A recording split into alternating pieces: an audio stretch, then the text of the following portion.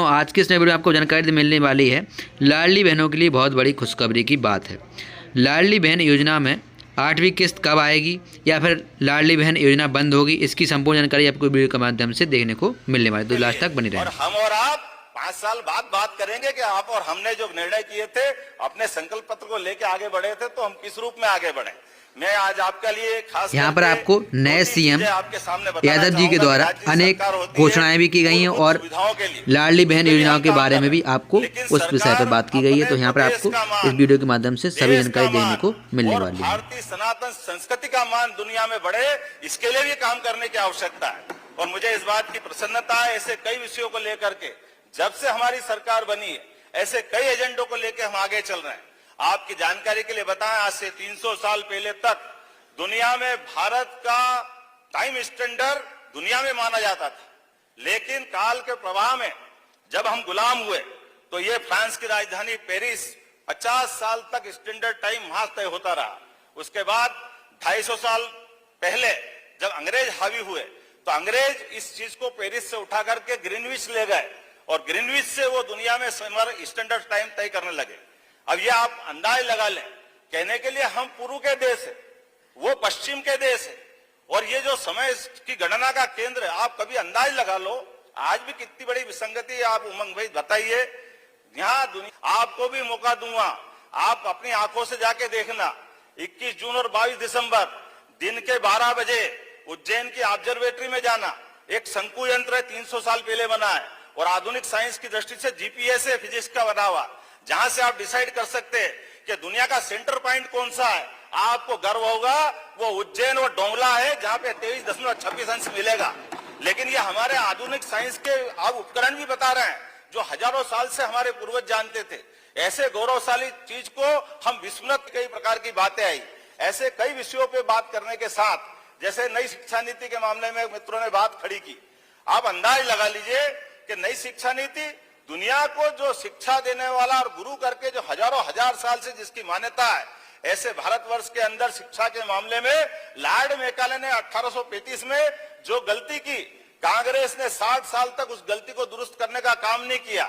हमें इस बात की प्रसन्नता, यशस्वी प्रधानमंत्री मोदी ने नई शिक्षा नीति लागू करके हमारे देश की संस्कृति से जोड़ करके शिक्षा को जीवन के सर्वांगीण विकास के साथ जोड़ने का प्रयास किया। और मुझे इस बात का गर्व है, मध्य प्रदेश के सीमित संसाधन के बावजूद भी नई शिक्षा नीति दुनिया में अगर लागू की है तो सबसे पहले मध्य प्रदेश सरकार ने लागू की है। आपकी जानकारी के लिए बता दूं, पहले वास्तविक स्थिति 75% को घटा करके 60% इसलिए किया गया कि केंद्रीय राज्य में राज्य का हिस्सा केवल 32% था, जबकि अब ये बढ़ करके 42% हो गया। ये केंद्र सरकार ने हमारा राज्यांश बढ़ाया, कम नहीं किया। इसी प्रकार से कई और मद हैं, जिन मदों को मैं उल्लेख करूंगा तो लंबा हो जाएगा, लेकिन प्रत्येक मद में भारत सरकार में यशस्वी मोदी जी ने अपनी राशि को 3 गुना 4 गुना किया। कुल मिला के राज्य बजट का आधे से ज्यादा हिस्सा इसी प्रकार से हमारी योजनाओं के माध्यम से मिल रहा है। इसी कारण से हमारा ये बजट बढ़ करके पर्याप्त रूप से सारी योजनाओं को पूरा करने वाला हुआ। कुछ विषय अपने बीच में आए, कोई योजना पूरी नहीं होगी, बंद हो जाएगी, ये अनावश्यक डर है। माननीय अध्यक्ष महोदय, कोई लाडली लक्ष्मी योजना से लगा करके सारी योजनाएं, कोई योजना बंद नहीं होगी। सारी योजनाओं के लिए पर्याप्त धनराशि हमने रखी है। इसी प्रकार से गैस कनेक्शन की बात आई, गैस कनेक्शन की राशि भी सभी को बराबर मिलेगी, किसी की कोई राशि नहीं कटेगी। अगर इन्होंने बोला योजना बंद नहीं होगी, लाडली बहना पे कानून ही बनवा देना।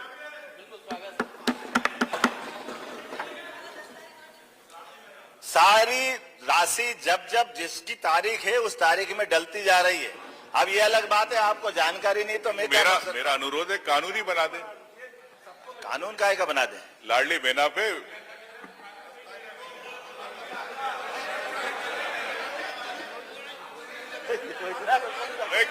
खाद्य सुरक्षा अधिनियम बन सकता है, इसमें भी बना दे। अरे एक मिनट,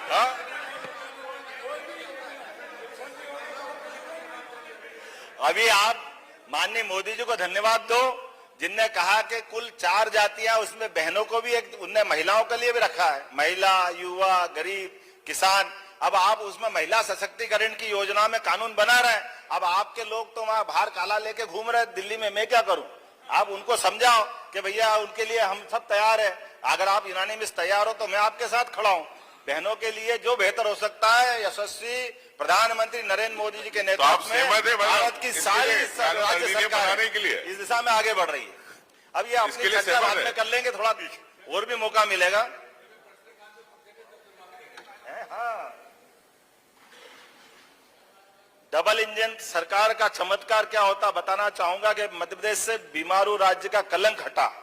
5 लाख किलोमीटर से अधिक लंबाई की चमचमाती सड़कें अगर बनी है तो केवल डबल इंजन सरकार के कारण बनी।